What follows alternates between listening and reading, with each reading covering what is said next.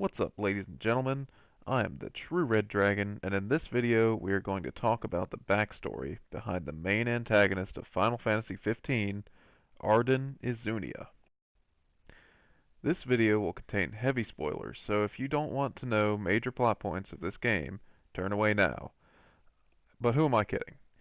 You want the information and lore behind this amazing game, so grab yourself a drink and a snack, because it's story time. Now, the game's story may come off as a bit confusing because important plot points are just kind of sprung on you very suddenly and out of the blue, and it can be difficult to take in everything without going back and rewatching cutscenes and doing a bit of research. Fortunately for you, Final Fantasy fans, I've done all the legwork and I'll break it down for you here. So, Ardyn Izunia is a very eccentric character that has a very poetic cadence in his manner of speaking. He also dresses in a very flamboyant and bizarre style, even for Final Fantasy standards, especially for characters in this game.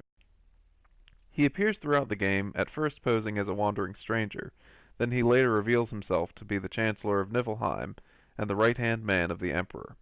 But despite this, he continues to occasionally help Noctis and company for reasons the four heroes really don't understand and are weary to trust. And this lack of trust was shown to be well-founded, as later he murdered the Oracle, Lady Lunafreya.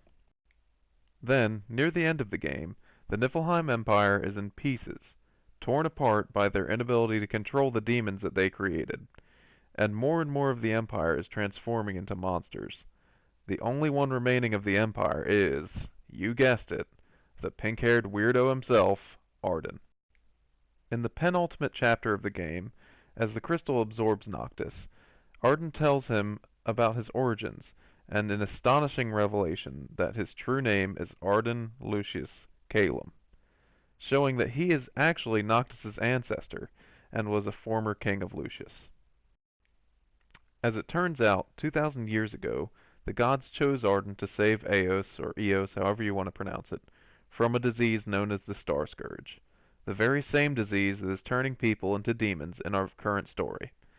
He saved the people by absorbing the demons and storing them within his own soul.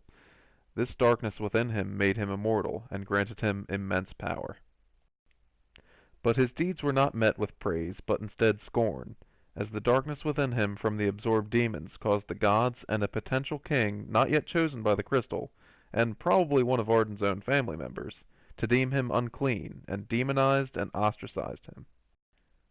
The anguish of being forsaken by the gods that he served and the people that he protected made him spiteful and bitter, eventually making him evil, bent on taking revenge on the bloodline of Lucius and turning the world to demons and darkness to spite the gods.